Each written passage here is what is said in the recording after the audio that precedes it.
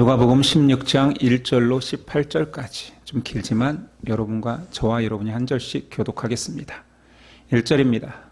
또한 제자들에게 이르시되 어떤 부자에게 청지기가 있는데 그가 주인의 소비를 낭비한다는 말이 그 주인에게 들린지라.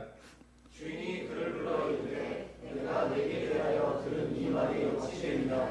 내가 보던 일을 생각하라. 청지기 직분을 계속하지 못하리라 하니. 청지기가 속으로 이르되 주인이 내 직분을 빼앗으니 내가 무엇을 할까? 땅을 파자니 힘이 없고 빌어먹자니 부끄럽구나. 내가 할 일을 알았도다. 이렇게 하면 직분을 빼앗긴 후에 사람들이 나를 자기 집으로 영접하리라 하고. 주인에게 빚진 자를 일일이 불러다가 먼저 온 자에게 이르되 내가 내 주인에게 얼마나 빚졌느냐?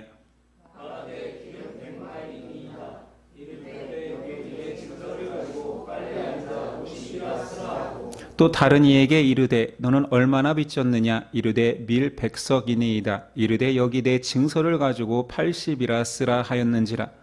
주인이 이 옳지 않은 청지기가 이를 지혜 있게 하였으므로 칭찬하였으니 이 세대의 아들들이 자기 세대에 있어서 빛의 아들들보다 더 지혜로움이 많으라. 내가 너희에게 말하노니 불의의 재물로 친구를 사기라. 그리하면 그 재물이 없어질 때에 그들이 너희를 영주할 초소로 영접하리라. 지극히 작은 것에 충성된 자는 큰 것에도 충성되고 지극히 작은 것에 불의한 자는 큰 것에도 불의하니라. 너희가 만일 불의한 재물에도 충성하지 아니하면 누가 참된 곳으로 너희에게 맡기겠느냐?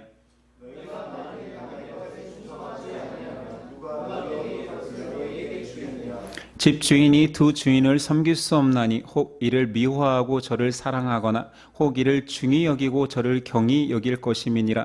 너희는 하나님과 재물을 겸하여 섬길 수 없느니라.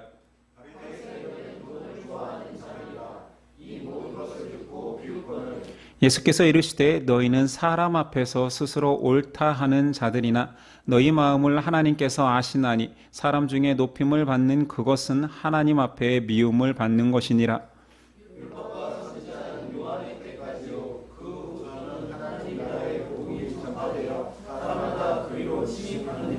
그러나 율법의 한 획이 떨어짐보다 천지가 없어짐이 쉬우리라. 무릇 자기 아내를 버리고 다른 데에 장가드는 자도 간음함이요 무릇 버림당한 여자에게 장가드는 자도 간음함이니라. 아멘. 오늘 말씀의 제목은 불의한 청지기 비유입니다. 우리는 15장에서 세 가지 비유를 바리새인과 서기관을 향해서 말씀하신 예수님을 보았습니다. 16장에는 다시 제자들에게 비유를 말씀하십니다. 오늘 말씀 불의한 청지기 비유는 굉장히 유명한 비유죠. 참고로 이 비유는 신학자들 사이에서 가장 해석하기 난해한 비유가 아니라 말씀 탑3 정도에 들어갑니다. 이것을 최고로 어렵다라고 하는 신학자도 많지요. 저도 이 본문을 여러 번 설교도 했고 큐티에 주석도 달았고 양육대 질문도 받고 굉장히 오랜 시간 고민하는 말씀이어서 또 제 예전을 돌아보니까 굉장히 그 해석이 여러 번 바뀌었던 것 같아요. 그래서 이번에 설교할 때는 좀 제대로 공부해서 제대로 한번 이 진의를 따져보자라는 생각으로 고민하고 여러 주석과 책을 뒤져보고 바른 해석을 위해서 많이 묵상했고 설교를 작성했습니다. 여전히 다양한 해석으로 이 설교 본문은 지금 이 땅 가운데 존재하고 있고 여러분들이 아마 저와 오늘 나눈 내용이 궁금해서 찾아보면 전혀 다른 내용의 설교도 발견하게 될 것입니다. 그만큼 어렵고 해석이 다양합니다. 내용은 불의한 청지기 비유 다 알고 있지요. 1절에서 부자에게 청지기가 있는데 주인의 소유를 낭비한다는 얘기를 듣습니다. 그 소문을 듣고 청지기를 불러 청지기직을 해고를 통보하지요. 그리고 3절에 청지기가 속으로 이르되 주인이 내 직분을 빼앗으니 내가 무엇을 할까? 땅을 파자니 힘이 없고 빌어먹자니 부끄럽구나. 청지기가 속으로 이르되, 그러니까 고심고심한 거예요. 대책을 세운 것이요. 근데 그 대책이 오늘날 현대인들이 직장을 잃으면 하는 대책하고 뭐 별반 다르지 않습니다. 제2의 직장을 찾아야 되나? 내가 기술이 있나? 힘이 있나? 청지기는 이런 표현을 쓰죠. 다른 직장을 찾아? 땅을 파자니 힘이 없고. 그리고 또 우리가 생각할 수 있는 거, 직장을 잃었으니 뭐 어린 사람이라면 부모님에게 도움을 청해 볼까? 형제에게, 지인에게, 나이 든 사람은 자녀에게 한번 의지해 볼까? 청지기가 말합니다. 이거 빌어먹자니 부끄럽구나. 이것도 아니고 저것도 아니어서 그가 또 계속 궁리하다 발견한 대책이 뭐냐면 문서 위조라는 일종의 사기입니다. 자기가 청지기로 있을 때 주인의 돈을 가지고 빌려줬던 사람들을 일일이 찾아다니면서 이 돈보다 더 작은 액수로 문서를 위조하기 시작합니다. 이것이 인간이 문제를 해결하는 죄된 본성이지요. 자기가 살고자 하면 불법도 감행하는 것이 인간 아닙니까? 근데 이 본문이 어려워지는 것은 이후의 주인의 반응입니다. 8절 상반절, 주인이 이 옳지 않은 청지기가 이 일을 지혜 있게 하였으므로 칭찬하였으니. 아니, 사기치고 다니는데 어떻게 칭찬한단 말입니까? 이 부분이 이 본문을 어렵게 하는 1번입니다. 자, 여러분들이 여기서 정신을 바짝 차려야 돼요. 평소에 졸던 사람도 이 본문을 해석함에 있어 난해함 속에 계속 졸 수도 있어요. 저도 이거 공부하면서 이거 뭐야, 내가 논문 쓰는 것도 아니고 이렇게까지 본문을 파헤쳐야 되나라는 생각을 했습니다. 그러니 한번 여러분들이 잘 들어보고 만약에 그래도 졸린다면 여러분 절대로 신학하면 안 되는 사람입니다. 아시겠죠? 자, 분명히 불의한 짓을 감행했는데 주인의 문서를 위조해서 더 큰 죄를 짓는 것 같은데 주인이 그의 행위를 보고 지혜 있다 칭찬합니다. 여기서부터 막히니까 수많은 주석가들은 여기서부터 다른 해석을 내기 시작합니다. 무리한 해석이지요. 이 본문은 번역이 틀렸을 것이다. 헬라어를 막 뒤져서 전치사를 바꿔서라도 이 의미가 아닐 것이라 막 바꿔냅니다. 이건 번역상의 실수다. 또 하나는 마지막에 퀘스천 마크를 붙이는 거예요. 이거는 평서문이 아니라 의문문이다. 그러니 이런 거죠. 주인이 이 옳지 않은 청지기가 이를 지혜 있게 하였다고 칭찬하겠느냐? 이렇게 된 거죠. 되게 웃기죠. 의문문으로 바꾸는 거예요. 근데 문제는 거기만 의문문으로 바꾼다고 뒤에 문맥이 해결되는 게 아니거든요. 바로 다음 절의 문맥상 주인은 이 청지기를 칭찬한 것이 맞습니다. 8절 후반절, 이 세대의 아들들이 자기 시대에 있어서는 빛의 아들들보다 더 지혜로움이니라. 그럼 여기도 의문문으로 바꿀까요? 지혜로울까? 이러면 되는 거예요. 그러면 뒤에 있는 내용 전부 다 의문문으로 바꿔야 돼요. 다 비꼬는 말로 바꾸면 됩니다. 예수님이 그렇게 비유를 설명했을까요? 아니겠지요. 명백하게 주인은 청지기의 이 불의한 모습을 보고도 칭찬하셨습니다. 왜 지혜롭다라고까지 칭찬하셨을까요?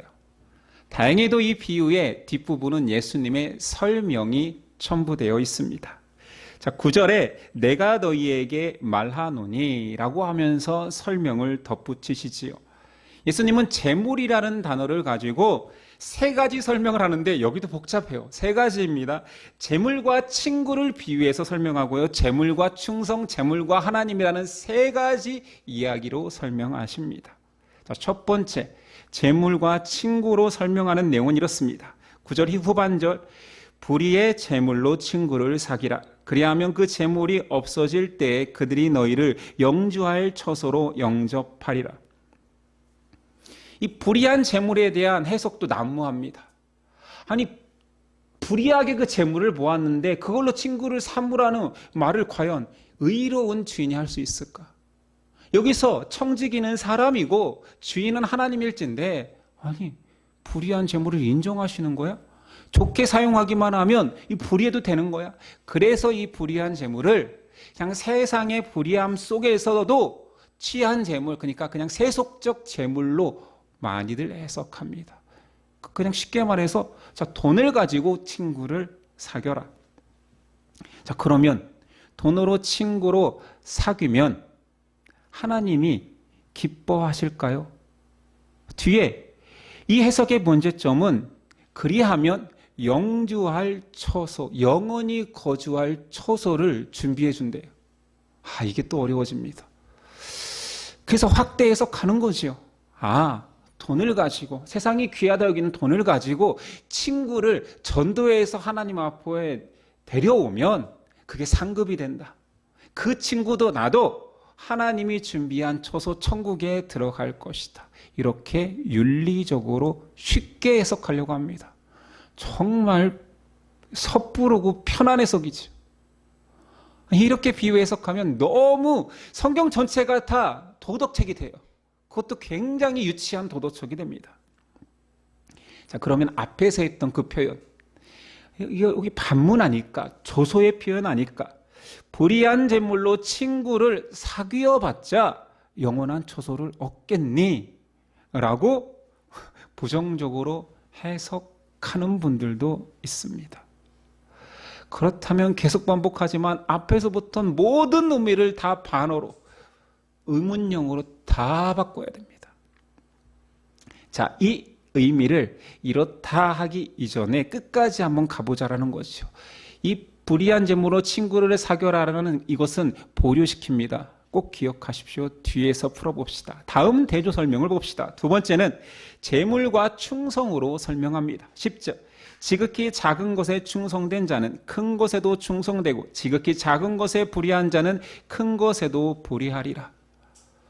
자, 작은 것을 하는 것을 보면 큰 일을 하는 것이 좀 예측된다라는 거죠. 우리 속담에 하나를 보면 열을 안다.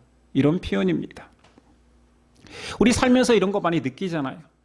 작은 일을 함께 해보면 이 사람이 큰 일도 같이 도모할 수 있겠구나 느낄 때가 있잖아요. 그렇게 거창하지 않더라도 어떤 사람과 여행을 함께 가서 여행 가면 뭐 합니까? 큰일 합니까? 아주 사소한 자고 먹고 놀고 이런 일을 함께 하잖아요. 해보니 편한 거예요. 해보니 서로에게 유익한 거예요. 그러면 이런 생각을 할 수 있겠죠. 평생 이와 함께해도 동행해도 괜찮은 사람이겠구나라고 판단하지 않습니까? 자, 그 느낌을 가지고 다음 절을 봅니다. 11절, 12절입니다. 너희가 만일 불의한 재물에도 충성하지 아니하면 누가 참된 것으로 너희에게 맡기겠느냐? 너희가 남의 것에 충성하지 아니하면 누가 너희의 것을 너희에게 주겠느냐? 이것도 한국 우리가 흔히 쓰는 말로 바꾸면 편해집니다. 어떤 사람의 돈 씀씀이를 보면 그 사람이 보인다. 많이 들어보지 않았습니까? 저 사람이 돈 쓰는 거 보면 그 사람이 좀 인격이 보여. 그 사람의 사람 관계성이 보여. 이런 표현을 많이 쓰잖아요. 더 어렵게 해석할 필요가 없습니다. 그 말입니다. 그 사람이 재물을 쓰는 것을 보면 주인이 이 작은 재물이지만 귀하게 쓰는구나, 잘 관리하는구나 하면 큰 것도 맡길 수 있고 이런 표현이겠지요. 충성된 자는 전반적으로 누구에게나 무엇에게나 충성합니다. 충성을 다른 말로 순종으로 바꾼다면 어떤 사람은 순종을 이렇게 자꾸 말하려고 해요. 순종할 만한 사람이어야지 순종하지요. 그것은 순종의 정의가 틀린 것입니다. 순종과 충성은 태도에 가깝습니다. 어떤 사람을 대하는 태도, 누구냐에 따라 바뀌는 것이 아니고 어떤 일이냐에 따라 바뀌지 않습니다. 오늘 그러면 이 불의한 청지기와 이 충성된 태도하고 무슨 연관성이 있습니까? 불의한 청지기는 첫 번째는 주인의 돈을 허비하였습니다. 자기 돈처럼 막 낭비했죠. 두 번째는 자신의 살궁리를 위해서 내놓은 대책이 더 큰 나쁜 짓, 사기를 치고 있습니다. 하나를 보면 열을 안다라는 이 설명에서 말하고 싶은 것은 이 청지기는 참 답이 없는 쓰레기구나. 어렵지 않습니다. 잘 따라오셔야 됩니다. 이런 해석을 해 놓아야지만이 우리가 이 본문의 진의를 알 수 있습니다. 그런데 왜 하나님께서는 저것은 갈수록 더하네, 아주 놔뒀더니 아주 끝없이 방자해지네, 이런 청지기를 향하여서 왜 칭찬이라는 걸 했을까요? 왜 지혜롭다 했을까요? 그 문제가 해결되지 않잖아요. 자, 세 번째 비유에서 결론 짓습니다. 13절. 집 하인이 두 주인을 섬길 수 없나니 혹 이를 미워하고 저를 사랑하거니와 혹 이를 중히 여기고 저를 경히 여길 것임이니라. 너희는 하나님과 재물을 겸하여 섬길 수 없느니라. 이 뜻은 무엇입니까? 종은 주인이 둘일 수 없다. 재물을 주인 삼든지 하나님을 주인 삼으라는, 어쩌면 지금까지 나온 모든 비유와 설명과 전혀 상관없는 뜬금없는 설명이 나옵니다. 뭔 말이에요? 여러분 연결시켜 보십시오. 연결이 됩니까? 네, 됩니다.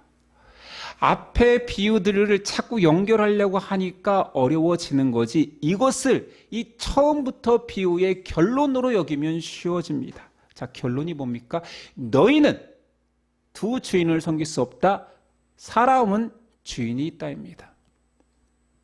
자, 이 결론을 가지고 다시 앞에 이야기를 해봅시다.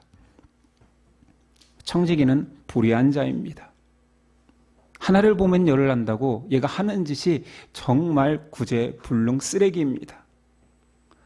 그런데 그를 칭찬한 그 주인의 관점은 뭐냐면, 그가 주인이 인식하지 못할 때에는 주인의 돈을 자기가 주인인 양 살아가고 있다가 주인이 나타나니 그때서야 주인을 인식하고 살 궁리를 모색합니다. 뭐가 바뀌었습니까? 선해졌습니까? 착한 일로 돌변했습니까? 아니요. 바뀐 것은 딱 하나, 주인 인식입니다. 사람은 주인이 있다라는 마지막 설명을 주제문으로 삼으면 앞에가 쉽게 해결됩니다. 야, 이 청지기 정말 불의하네. 놔두면 가관이네. 그러나 저가 지금 살궁리로 발버둥 치는 이유는 주인을 인식했기 때문입니다. 아, 주인이 나를 심판하는구나. 주인은 나를 해고시킬 수 있는 분이구나. 아, 내 인생 어떻게 하지? 라는 전혀 다른 인식이 생겼습니다.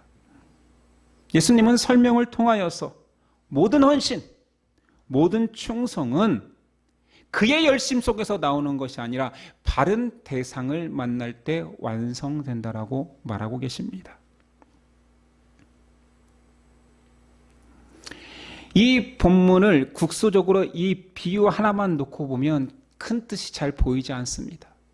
근데 누가복음은 15장, 16장 이 비유장이 누가복음의 복음을 나타내는 핵심이라 다들 말합니다. 그러니 한 주제, 하나님의 은혜, 복음을 설명하기 위한 비유라는 거죠. 동일한 비유입니다. 동일한 주제를 가진 비유입니다. 15장 잠깐만 우리가 한번 떠올려 볼까요? 세 가지 비유의 내용과 불의한 청지기 비유는 주제가 같습니다. 마지막 탕자의 비유. 자신의 뜻대로 아버지의 재산을 받아내어서 재산을 마음껏 쓰고 탕진하였기 때문에 그를 탕자라 칭합니다. 오늘 불의한 청지기는 주인의 소유를 자신의 것인 양 낭비하며 살았기 때문에 불의하다 말합니다. 이 또한 다른 탕자입니다. 탕자가 회복되는 과정에서 아버지는 정말 이해할 수 없는 결정을 합니다. 탕자는 종이 되겠다라고 아버지를 찾아왔지만 아버지는 그를 여전히 아들의 자리에 앉히고 잔치를 베풀어 주십니다. 청지기 비유에서 주인은 정말 이해할 수 없는 결정을 합니다. 불의한 청지기가 더 악한 악을 행하고 있음에도 그가 반성했다. 더 귀한 일로 전환하였다가 아니고 여전히 악을 행하고 있지만 그를 착하다, 지혜롭다라고 말합니다. 그의 지혜는 행위에서 나오는 것이 아니라 주인 없이 마음껏 살다가 이제 주인을 인식하는 삶을 살기 때문에 지혜롭다 한 것입니다. 이제 주인 있는 종이 된 것이요. 이것이 이 비유의 핵심입니다. 하나님의 은혜라는 것은 칭찬할 것이 전혀 없음에도 용납하시고 지혜 있다 하시는 것입니다. 그래서 16장의 비유가 하나님의 은혜를 나타내는 것이지요. 자, 탕자의 비로 다시 한번 설명합니다. 탕자가 이렇게 말했을 수도 있을 것 같아요. 아버지, 저는 아버지의 아들이라 칭함받기를 받지 못하겠어요. 제가 단 하나라도 뭐 잘한 게 있습니까? 라고 물을 때 아버지는 이렇게 말했을 것 같습니다. 너 있지? 몸성이 돌아왔잖아. 응? 이게 칭찬입니까? 탕자가 그 몸을 가지고 뭘 했는데요? 창녀와 섞이고 죄만 지은 몸인데 차라리 그 몸이 약간 상해서 왔다라면 불쌍히 여김이라도 받을 수 있겠지요. 아무것도 잘한 게 없는데 아버지는 칭찬이라는 것을 하십니다. 용납할 이유를 가지는 거죠. 그것은 그 이유가 합당하기 때문이 아니라 사랑하기 때문입니다. 사랑할 이유 있지. 너 몸이라도 야 건강히 온 게 나는 너무 기쁘다. 이게 제일로 기쁘다. 네가 제일 잘한 일이다. 그 몸으로 죄를 짓고 왔는데. 자, 오늘 청지기 비유 비슷하게. 제가 뭘 잘한 게 있다고 주인 저를 칭찬하십니까? 주인님 제가 지혜롭습니까? 너 잘한 거 있다. 너 잘한 거 있다. 너 나를 인식하는구나. 주인 있는 자로 이제 살아가는구나. 그리고 이 모든 비유의 주제가 뭐라고요? 사랑으로 용납하시는 하나님의 복음, 은혜. 그게 말이 됩니까? 지금 이해가 되게 해야 되죠. 내 이해할 수 없으니까 은혜입니다. 그러니까 어메이징 그레이스죠. 그래서 칼빈의 5대 교리 중에 불가항력적 은혜. 이게 뭐지? 내가 원하는 은혜도, 내가 추구하는 은혜도 아니고 내가 얻어내는 은혜도 아니고 불가항력적 외부적으로 나를 그냥 잠식해내버린 은혜 아닙니까? 이 비유의 핵심은 불의한 청지기조차 용납받을 수 있는 하나님의 은혜입니다. 이 은혜를 설명하는 장에서 사람들이 그냥 이해하기 편하게 그냥 자구적으로 모든 해석이 말이 되게 하기 위해서 돈으로라도 사람을 사. 돈으로 전도라도 해. 네 돈 좀 써. 네가 언제 네 돈으로 불의한 재물로 세속적 재물로 친구를 사귀어 본 적 있어? 그렇게라도 하면 하나님이 영원 안 쳐서 너를 인도할 거 아니니? 이런 본문입니까? 사람이 열심내든 열심내지 않든 모든 인생의 결론은 주인에 의해서 결정된다입니다. 13절이 주제문인 거죠. 종이면 재물을 택하든지 하나님을 택하든지 재물을 추구하고 하나님을 좋아할 수 없고 하나님을 추구하는데 재물을 좋아할 수 없다. 너희는 주인이 있다. 하나님만 인생의 모든 사람의 주인이라 그것을 정의하면 너무 쉬운 비유가 되는 거지. 자, 불의한 재물로 친구를 삼으라. 여러분 어떻게 설명하겠습니까? 이 행위를 이해하려고 하면 안 되는 거예요. 이 말이 아니라니까. 이거 쓰레기예요. 이거 말할 필요가 없어. 지금 불의한 청지기의 행위에 집중하면 안 돼요. 얘가 지혜로운 것은 하나님을 인식하는 사람이 되었다라는 거예요. 발버둥 치고 있다라는 거죠. 왜냐하면 주인이 나타났으니. 아니 그 재물로 친구를 사귀고 이게 아니라 여기에 집중하는 게 아니라 그가 지금 발버둥 치고 있다라는 거예요. 주인이 계시네. 어떻게 하지? 주인이 나타나 버렸네. 나 망해버렸네. 그래서 한 행동 중에 하나가 기록했을 뿐이에요. 재물로 친구도 사귀네. 쟤 난리 났다 지금. 쟤 지금 발버둥 치고 난리 났다. 이 표현을 이렇게 쓴 거라고요. 이걸 해석하면 안 됩니다. 주인 있는 종이 되어서 주인을 인식하자 발버둥 치기 시작합니다. 뭐하지? 뭐하지? 주인이 나에게 나타났는데 뭐하지? 아, 너 지혜롭구나. 이제 내가 보이니? 15장부터 모든 비유가 은혜를 설명하고 있는데 16장에 와서 갑자기 자 행해라, 착한 일 해라, 돈을 열심히 벌어서 그 돈으로 세상에 좋은 일 해서 그리스도의 빛을 발해라, 그런 본문이 결코 아닙니다. 아니, 은혜를 강조하고 있는데 다시 율법주의로 돌아가서 착한 행실로 돌아가라는 말이 웬 말입니까? 예수님이 제일 싫어하는 말. 그리고 지금 바리새인과 서기관이 이렇게 눈을 뜨고, 아니 우리 행위를 칭찬해 줘야 되는데 계속 우리 행위가 틀렸다 그러고, 세리와 죄인들의 친구라 그러고, 세인과 죄인들과만 식사하고 있는데 갑자기 좋은 행위를, 세리도 일로 와봐, 너 돈 많잖아, 너 그 돈 갖다 뭐 할래? 전도하는 데 쓰자. 전도 여행해. 자, 헌금해. 이런 본문으로 바뀐다고요? 근데 이렇게 설교가 되고 있다고요. 이 비유가 행함이 아닌 이유를 바로 밑에 정확히 기록하고 있습니다. 그런데 문제는 왜 행함으로 계속 설교되냐면, 여기서 본문을 끊어요. 13절까지만 불의한 청지기 비유라고 끊어요. 그러니 예수님이, 야, 니네 또 이거 행함으로 착할 것 같은데 내가 다시 얘기해 줄게, 강조해 줄게. 바리새인을 통해서 행함이 아님을 이야기할게라고 하는데 그 본문을 딱 끊어서 설교하니까 행함으로 바뀌는 것입니다. 보실래요? 14절이야. 바리새인들은 돈을 좋아하는 자들이라 이 모든 것을 듣고 비웃거늘 예수께서 이르시되 너희는 사람 앞에서 스스로 옳다 하는 자들이나 너희 마음을 하나님께서 아시나니 사람 중에 높임을 받는 그것은 하나님 앞에 미움을 받는 것이니라. 벌써 바리새인 까고 있잖아요. 아, 니네의 행함은 너 잘 보이기 위함이고 하나님 싫어한다. 바리새인 앞에 비유를 막 비웃었어요. 무슨 말도 안 되는. 지금 현대인들이 왜 이렇게 어려워하고 똑같은 표현이에요. 뭔 말이야? 예수님 뭔 비유를 이렇게 어렵게 하셔. 바리새인 비웃고 있어요. 예수님 정확히 얘기하고 있거든요.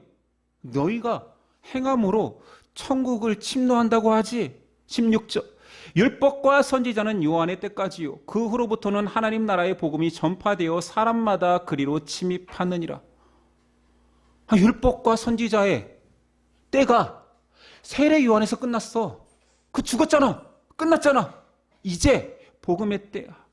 그런데 너희는 여전히 율법과 선지자의 때라 여기며 그 행함으로 하나님 나라에 도달할 수 있다라고 말하고 있구나. 예수님 율법주의자들의 가식과 실패를 한 가지 말씀을 통해서 폭로하십니다. 18절. 무릇 자기 아내를 버리고 다른 데 장가드는 자도 간음함이요 무릇 버림당한 여자에게 장가드는 자도 간음함이니라. 이 본문이 왜 갑자기 뜬금없이 재물 얘기하다가 비유 얘기하다가 여기 들어와 있지라고 하면 안 되고요. 지금 행함으로 너희가 하나님의 나라에 들어갈 수 있는 구약시대를 살고 있구나를 예시로 들면서 너희 율법 지키는 한 꼬라지를 보자. 니네가 자, 율법의 조항 속에 이혼법을 만들었잖아. 이러하면 여자와 이혼할 수 있다고 여자를 막 버리잖아. 그것이 너희가 율법을 지킨다고 하면서 정욕하는 방식 아니니? 또 이런 율법의 조항을 만들어서 이런 여자와는 다시 재혼할 수 있다고 말하고 있잖아. 그것이 니네가 여자를 취하는 방식 아니니? 그게 무슨 율법 지킴이야? 라고 말하고 있는 것입니다. 사람은 율법을 지킨다, 바른 일을 행한다 하면서도 그 속에서 자기의 탐심과 간음할 구실을 찾는 자들입니다. 그러면 예수님은 율법의 시대는 끝났다라고 표현하지만 율법이 폐기됐다라고 하는 것입니까? 아니요. 그것으로 오해할까 봐 예수님 또 이야기하십니다. 17절. 그러나 율법의 한 획이 떨어짐보다 천지가 없어짐이 쉬우리라. 절대로 율법은 없어지지 않았다. 강조하고 싶은 것은요, 여전히 존재하지만 율법은 다른 방식으로 완성되었다. 세례요한의 때에 그 율법을 지킴으로 완성된 것이 아니라 하나님의 복음, 기쁜 소식, 십자가 은혜로 율법이 완성되었다. 우린 그걸 알고 있잖아요. 그런데 그 율법이 어떻게 완성됩니까? 행함으로? 어느 누구도 행함으로 의롭다함을 얻을 수 없다고 했는데 아무 공로 없는 이들에게 그리스도의 공로로 은혜를 힘입어 완성되었습니다. 여기서 핵심은 아무 공로 없는. 자, 은혜가 설명되십니까? 탕자부터 불의한 청지기까지 아무 공로 없는. 불의한 청지기는 어떤 특정 행위를 하는 사람을 이야기하는 것이 아니라 은혜를 받아들이는 우리의 모습입니다. 하나님의 은혜를 인식하는 우리의 그 처절한 모습인 거지요. 또는 복음을 안다 하면서도 아직도 잘 은혜를 깨닫지 못하는 우리 아닙니까? 그의 열심은, 그러니까 우리의 열심은 은혜 속에 들어왔어도 이쁜 짓을 통해서 하나님께서 구원을 주시고 하나님이 더 귀히 여기신다는 착각 속에 살고 있는 거예요. 그런데 정확히 보면 우리의 이쁜 짓은 또 다른 사기와 같습니다. 하나님 보시기에 더 불의할 수도 있는 거예요. 교회에서 봉사한다고 하면서 나를 더 가식적으로 만드는 사람이 될 수도 있는 거예요. 더 헌신된다라고 하면서 헌신하지 않는 사람을 손가락질하는 정말 가식덩어리가 될 수도 있습니다. 그러나 탕자의 아버지는 그 모든 행위를 보지 않으십니다. 주인은 불의한 청지기의 불의함을 강조하지 않습니다. 불의한 종의 주인의 자리에서 내려와 주인을 인식하는 것을 지혜라 말합니다. 그의 모든 행함 속에 재물로 친구를 사귀는 걸 포함한 그 모든 몸부림, 처절한 몸부림, 잘하든지 못하든지 바르든지 그르든지 주인을 인식하고 살아가는 그 모든 것들을 신앙생활이라고 하는 거예요. 몰랐지요? 우린 신앙생활이 뭐라고 생각합니까? 이쁜 짓. 근데 그 이쁜 짓이 하나님 보시기에는 더 큰 죄. 아니에요? 아니라면 여러분들은 자신을 반추하는 사람이 아닌 거예요. 내 꼬락서니와 내 죄됨의 냄새를 맡아보지 못한 거예요. 아직 사람을 모르는 거예요. 우리가 무엇으로 하나님을 기쁘시게 할 수 있습니까? 이 얘기를 했을 때 선함이요? 이러면 처음부터 다시 해야 돼요, 설교를. 아니, 누가복음 1장부터 다시 다뤄야 돼요. 선한 행위는 아닌 것 같아요. 이러면 반절은 아는 것입니다. 행위를 통해서 하나님을 기쁘시게 하려는 그 모든 노력이 율법주의, 유대주의입니다. 바리새인의 특징이라 말씀하시지. 그럼 하나님이 찾으시는 기뻐하는 사람은 누구냐? 규정은 해놨어요. 병든 자, 넘어진 자, 실패한 자, 세리와 죄인. 근데 우리는 그 범죄에 우리를 넣지 않잖아요. 그들을 기뻐하시는 이유는 오늘 복음 15, 16장에서 강조하듯이 돌아왔기 때문입니다. 탕자가 돌아왔기 때문에. 자신을 탕자라고 인식하기 때문에. 큰아들처럼 왜 나에게는 그런 좋은 복을 내가 헌신하고 충성했는데 주지 않으셨습니까가 아니라 아버지, 저는 아들 될 자격이 없어요. 종으로 삼으소서. 이때 기뻐하십니다.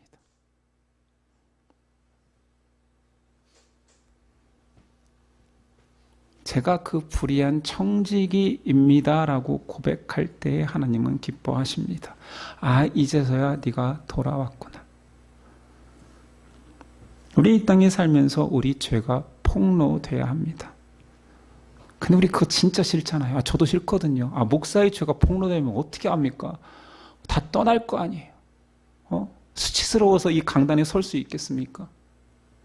그러니 우리는 죄를 감추는데 선수들입니다. 살아가면 살아갈수록 더 투명해지는 게 아니라 더 무채색, 유화처럼 변하죠. 투명한 수화가, 수채화가 아니라. 여러분 얼마나 욕심장이에요? 여러분 얼마나 방탕합니까? 이거 말할 것도 없죠. 여러분 얼마나 이기적이에요. 기분 나쁘십니까? 그럼 우리라고 하죠. 우리가 얼마나 이기적이에요. 우리가 얼마나 방탕합니까? 근데 이게 인정한다고 또 이게 고백되어지는 것도 아니에요. 나 그래, 인정할게. 나 죄인이야. 나 나쁜 놈이야. 나 욕심 많아. 이런다고 해서 회개가 되는 것도 아니에요.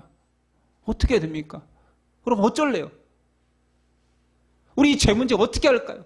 예수님 십자가에서 내 죄를 용서해 주셨고 내 모든 죄는 예수님의 피 공로로 사해줄 줄 믿습니다. 믿으십니까? 사람이 그렇게 쉬워요?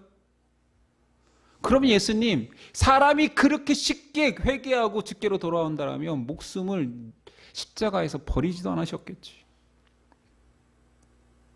선한 행위로 하나님을 기쁘시게 할 수 없습니다. 그런데 사람이 호락호락한 존재가 아닌 정말로 교묘한 죄인이기 때문에 선한 행위를 추구해야 됩니다. 이게 뭔 말이냐고요? 이 말을 못 알아들으면 안 되는데, 이게 제 신앙생활에 응축된 고백인데, 주인의 청지기는 주인을 인식하는 순간 살기 위해 투쟁합니다. 이것을 칭찬하셨지요. 세상 사람들은 자기 가치와 재물을 위하여서 힘써 물불 안 가리고 살아갑니다. 지혜를 발휘하지요. 그런데 성도들은 어떻습니까? 여러분 어떻게 살고 있어요? 열심히 사시기는 사세요? 보아하니 열심히 안 사니까 돈도 못 버는 것 같고, 열심히 안 사니까 여러분 출세하는 것 같지도 않은데, 열심히 사십니까? 보아하니 엄마들도 가정주부도 열심히 안 사니까 애들 성적이 그 모양인 것 같은데, 제 비꼬미 기분 나쁘십니까? 저는 살살하는 겁니다. 이 본문을 여러 주석을 다 뒤지고 살피고 하다 보니까 칼빈의 말이 확 꽂히는 부분이 있어서 칼빈 주석에 칼빈은 이렇게 말합니다. 욕심 많은 세상 속의 사람들이 원시한적이고 기민하게 자신들의 이득에 몰두하고 있는데 하나님께서 자기의 성령과 말씀으로 그 위에서 비추고 계시는 빛의 자녀들이 잠을 자면서 자기들에게 주신 영원한 축복의 소망을 등한시하는 것은 얼마나 악한 일인가.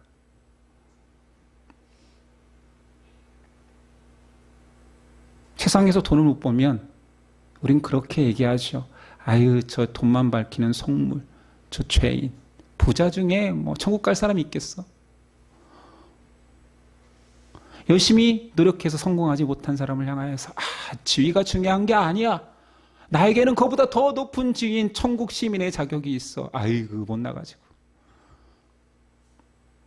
돈도 못 버니까 돈 버는 사람 손가락질하고, 높아지지도 못하고 성공하지도 못하니까 성공하는 사람들 깔아내리고 싶어하고, 아무것도 없고 자존감도 약한데 높은 척하고.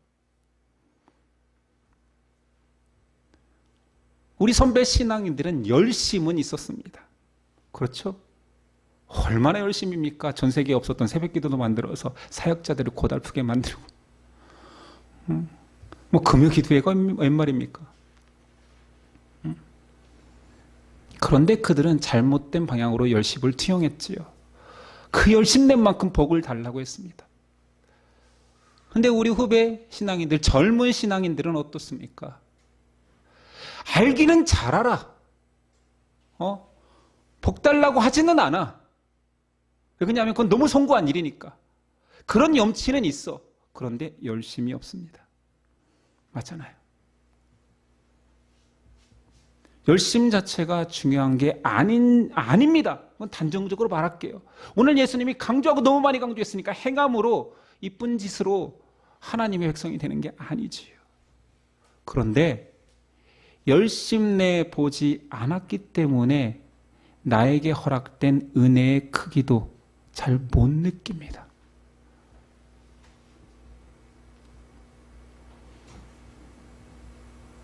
열심내 봤어야 좌절을 하죠. 헌신해 봤어야 실패를 하지요. 그래야 하나님의 위로를 구하지요. 20대 때 단단하게 하나님을 섬겨봤어야 아무것도 아닌 내가 세상에 차라리 세상 일 열심히 뛸 걸, 성공할 걸, 자괴감 속에서 하나님의 위로, 괜찮다, 너는 내 것이다 라는 위로가 되지요. 한 뛰어봤으니 칭찬이 과분한 거예요. 노력해보지 않았으니, 헌신해보지 않았으니 하나님이 괜찮다라는 말, 실패 속에서도 괜찮다, 넘어져도 괜찮다, 너는 내 것이라는 말이 큰 위로로 다가올 리가 없는 거예요.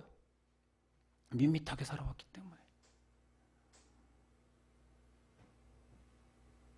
우리는 열심 내야 되는 것이 아니라 열심 속에서 은혜를 발견합니다.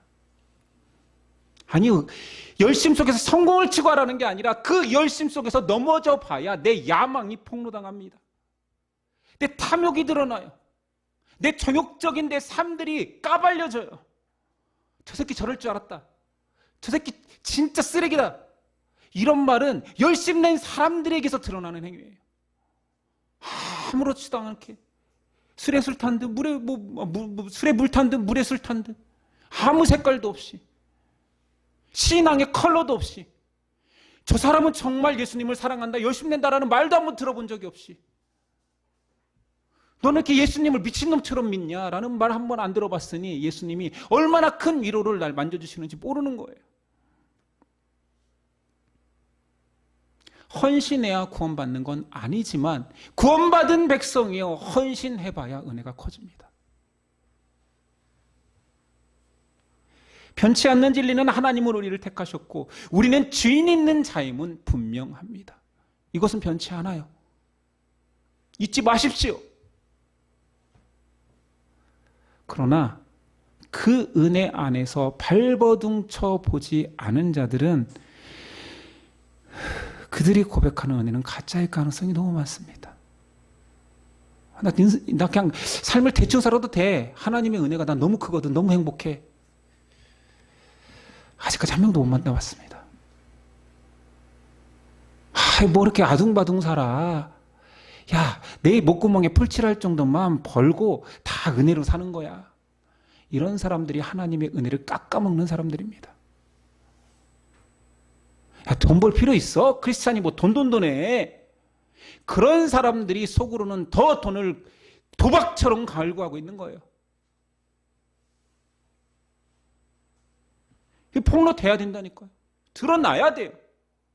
우리가 사기꾼임을, 우리가 이혼당한 자임을, 또 뭐가 있을까요? 막 감추고 싶은 것들이 있다면, 내가 정욕적인 사람임을, 내가 언제든지 저 사람 뒤통쳐서 내 이익을 구할 수 있는 사람임을 열심히 살아봐야 할 수 있습니다. 여러분 열심히 살아서 많이 사기도 당하시고요. 목사니까 많이 사기쳐 보라고는 안 할게요.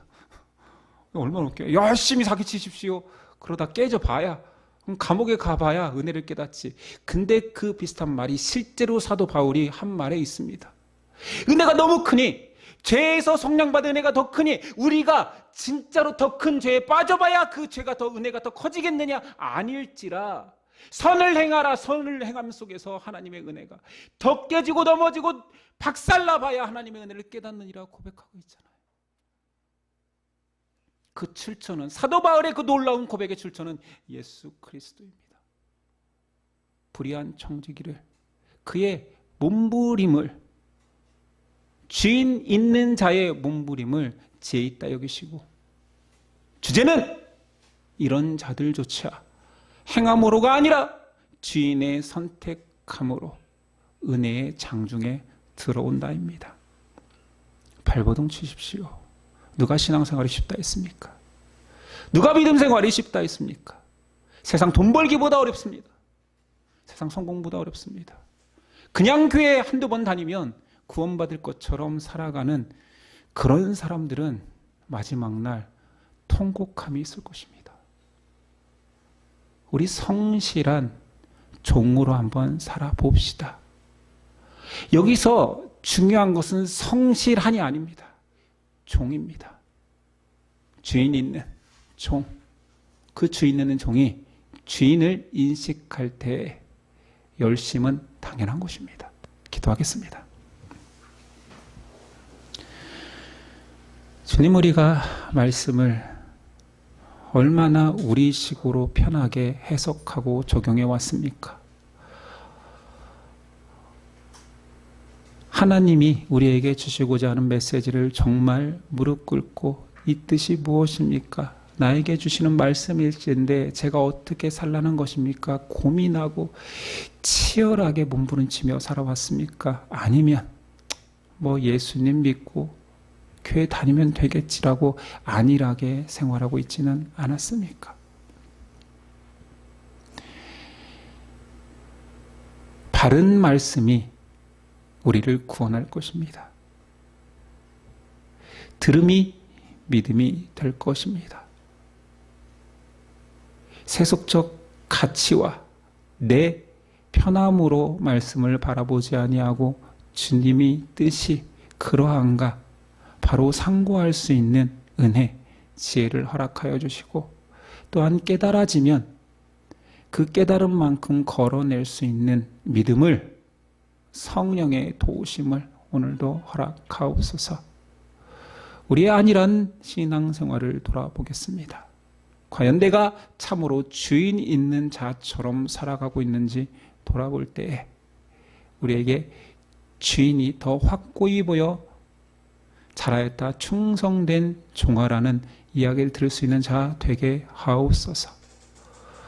우리를 세상에서 건져내신 그래서 자녀 삼게 하신 예수 그리스도의 이름으로 기도드립니다. 아멘.